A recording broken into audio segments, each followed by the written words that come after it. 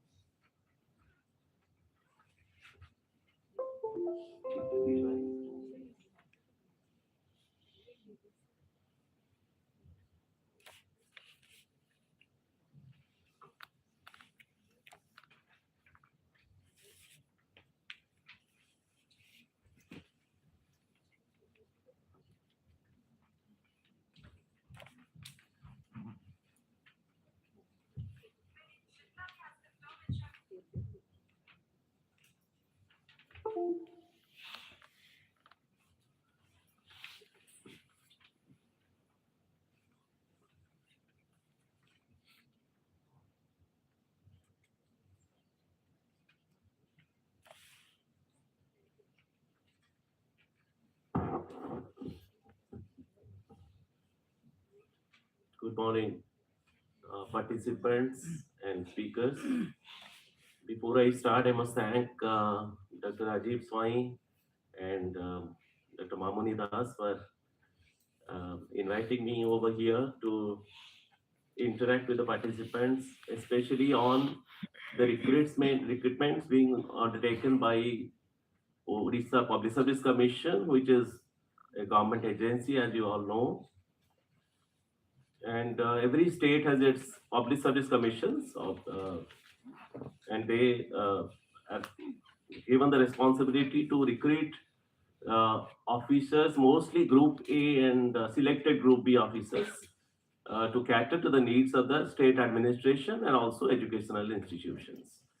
So, although I will mostly focus on the recruitment of human resources by Odisha Public Service Commission, but the same kind of recruitment is being undertaken by the public service commissions of various states. So those who have come from different states, they also have the recruitment. Recently, I had an interactive session with Gujarat Public Service Commission on 28th and 29th of November. We went to Gandhinagar, and we also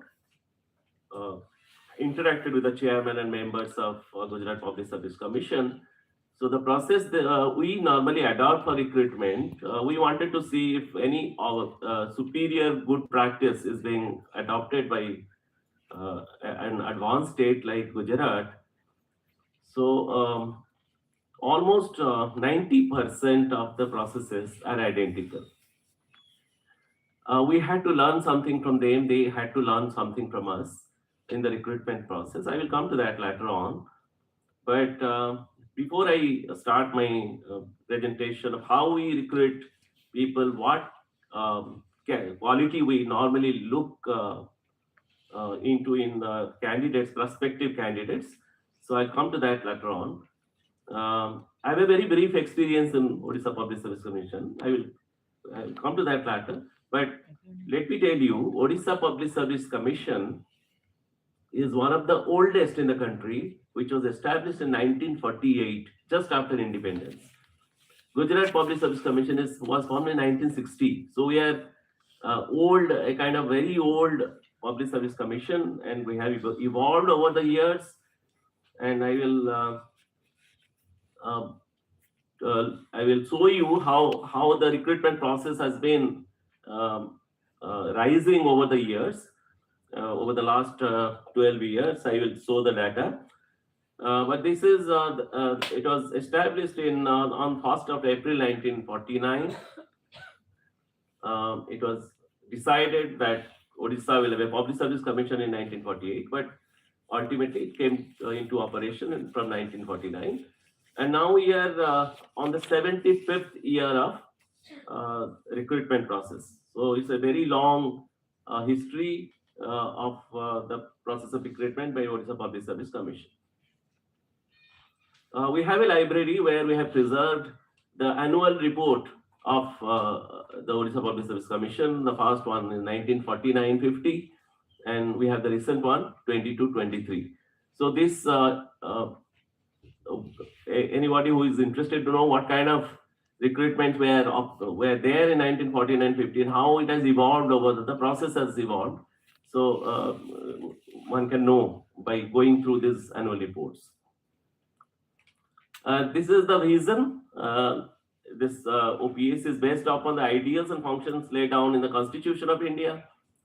Will endeavor the support of human resources capability of the government with absolute transparency, fairness, use of advanced technology, and the best practices available anywhere in the world. So we gradually everything is getting digitized, and Odisha Public Service Commission most likely in few years will ultimately recruit people on digital platforms. Although we do it mostly on the physical mode at present, considering a very large number of applicants. So that's why it's not possible to organize in a digital platform. But if there is the recruitment of a small number of people, so we can go for a digital platform. The mission of Odisha Public Service Commission is to provide best human resources in civil post services of Group A and Group B, as I already told you. Provide services of constitutional concurrence. So this is another responsibility of the Odisha Public Service Commission, not only selection process, but also those people who are recruited by the government in various services like administrative service or even faculty or scientists. So when they enter into the service, they are also promoted. And once they're promoted, if the promotion criteria is all right, whether it is as per rule or not, that also is monitored by Public Service Commission. And also, if somebody is corrupt, disciplinary action is being taken against him or her. So that comes to Public Service Commission for concurrence. So we also see that if the punishment is adequate or if it is less or more. So that also is also important part of the Public Service Commission. We also amend recruitment rules. So that means over the years, recruitment rules get amended because as time changes, you cannot follow the old procedure of selection process. We also it also regulates all complaints relating to pensions of government servants and arrears, and consider any matter referred by the governor of the state. So it also comes to the commission. This is the organizational structure of Public Service Commission in our state and also in other states of the country. It is headed by the chairman, who is appointed by the governor by the recommendation of the chief minister. We have 5 members in Odisha. We have 5 members, but different states might have different. For example, in Kerala, they have 21 members in the Public Service Commission because they have political representatives, they have social leaders, etc. But here we have 5 members, and currently 2 members are from state administrative service, very senior administrators who have retired. Then 2 are from university. They're all professors. I am from science because I was a professor in OUAT. I was teaching zoology. I'm from science background. So they have taken another member from Ramadevi Women's University. She is a woman representative, also a professor of economics, and 1 engineer who was a former chief engineer in the state government. So it is equally balanced. We have 2 administrators, 2 academicians, and 1 engineer. And then the secretary heads the administrative part.